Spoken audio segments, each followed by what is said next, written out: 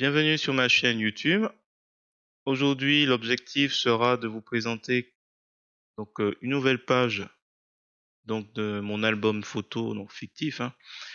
Donc là, nous avons la page 1 et l'idée c'est de vous montrer une deuxième page et de vous montrer après comment, voilà, en créant comme ça, tranquille, je peux créer autant de pages que je veux et ça suit. Donc les numéros de pages se suivent.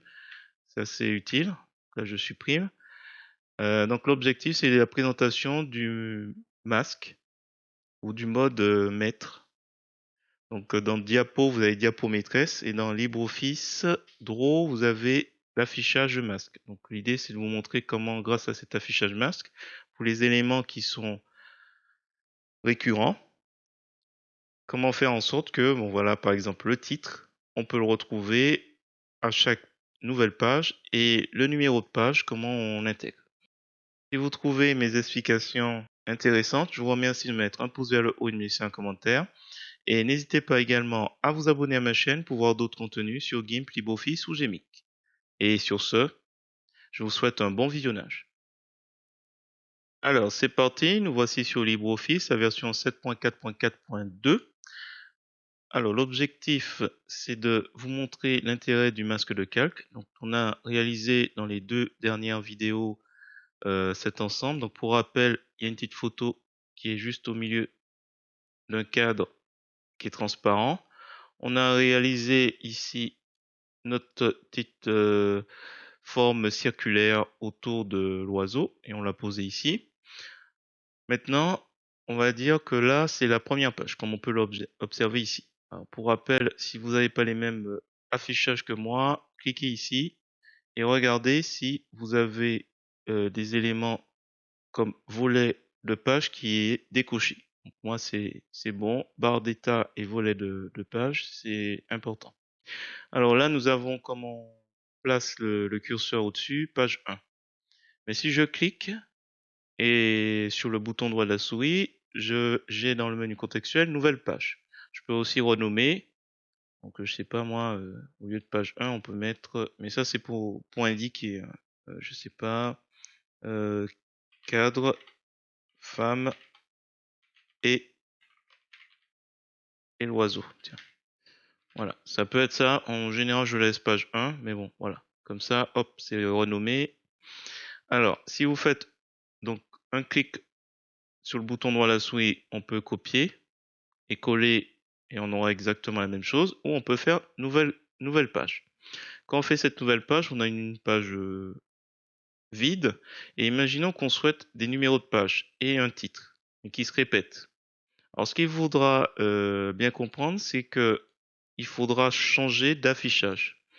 D'affichage et passer d'affichage actuellement normal, on voit un petit carré bleu autour du petit symbole, voilà, à masque.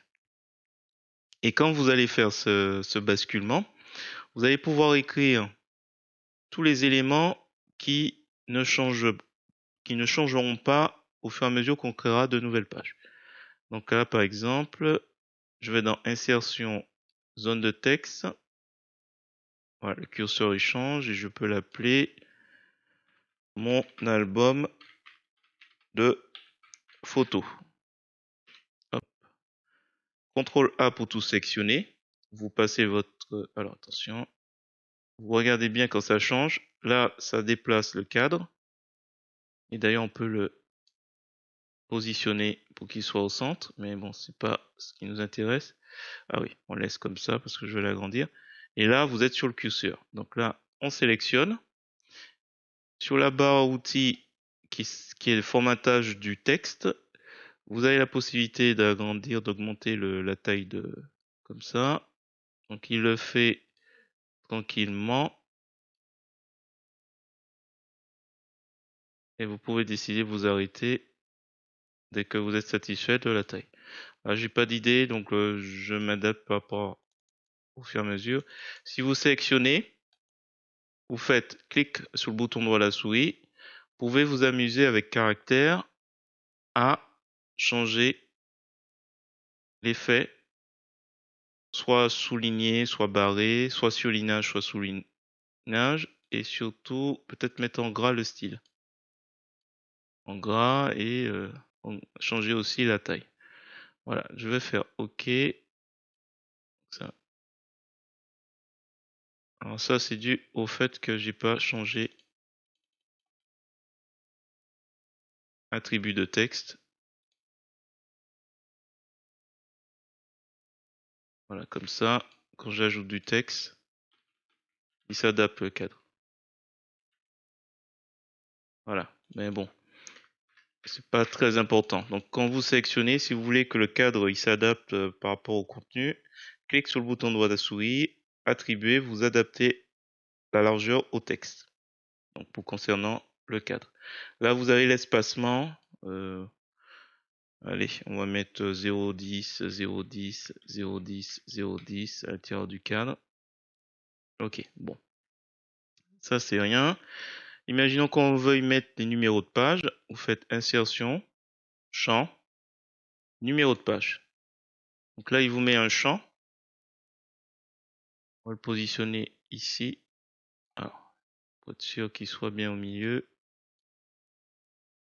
Voilà. Et peut-être s'assurer que le cadre aussi, il soit centré.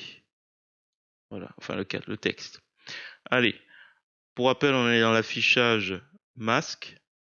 On va faire affichage et on retourne à normal. Comme on peut le voir, il y a un petit carré bleu, je ressors, un petit carré bleu autour de masque et on vient sur normal. Et comme ça, on voit mon album de photos, 2, et si je reviens au 1, on a l'album. Alors là, le souci, c'est que je vais remonter un peu. Donc là, comme on peut le voir, il est bien placé, il bouge pas. Je vais le remonter un peu plus. Donc je rebascule affichage masque. Je clique. Je vais le mettre un peu plus haut. Peut-être que ici, voilà, par exemple, hop, clique avec le bouton droit de la souris. Alors, on peut ne pas le faire aussi. On peut simplement cliquer ici et attribut de texte. Et là, j'avais mis 0,10. Alors, peut-être en haut, on peut éviter. On peut mettre à 0 et en bas à 0 cm. Voilà, alors, je trouve que c'est un petit peu trop proche du bord.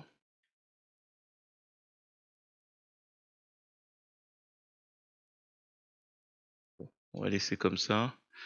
Alors, vous pouvez fermer, j'ai oublié de parler de ça, on peut fermer le mode maître pour revenir à ce qu'on a mis. Je vais ajuster au corps, peut-être le numéro de page.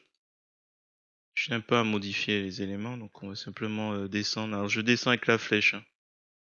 La flèche du clavier. On va fermer. Et comme ça, alors, on peut sélectionner, on peut faire CTRL A, je change. CTRL A, ça sélectionne tous les objets de ma page. Sauf bien entendu le numéro de page et le titre. C'est juste pour descendre un petit peu, caler un petit peu.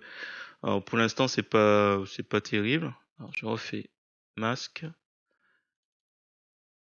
Je vais juste le diminuer un petit peu. Voilà, je le centre. Je le diminue parce que je trouve qu'il est un peu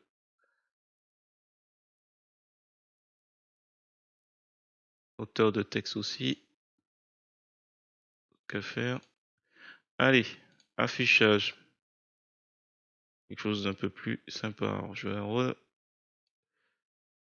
comme c'est fait affichage masque.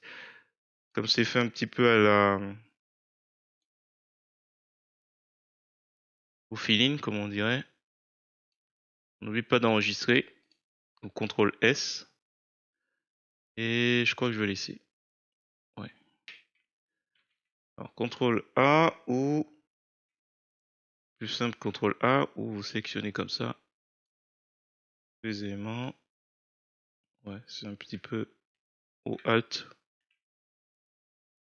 Voilà, j'ai accéléré. Donc c'était la présentation du masque de calque.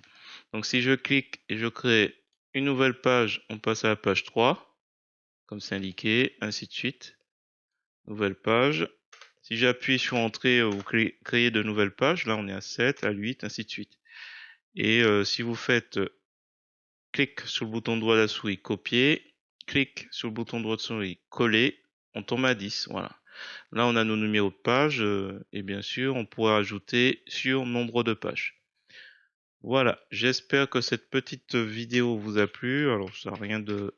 C'est un peu long, mais je préfère insister sur ce point. Et comme ça vous évite de manipuler les titres sur chaque page à chaque fois. On verra par la suite. Donc cette deuxième page, je vais le décorer. On trouvera bien deux, trois choses sur Pixabay. Donc si vous avez trouvé intéressant la présentation de cet affichage masque, je vous remercie de me mettre un pouce vers le haut et de me laisser un commentaire. N'hésitez pas également à vous abonner à ma chaîne pour voir d'autres contenus sur GIMP, LibreOffice ou Gmic. Et sur ce, je vous dis à bientôt.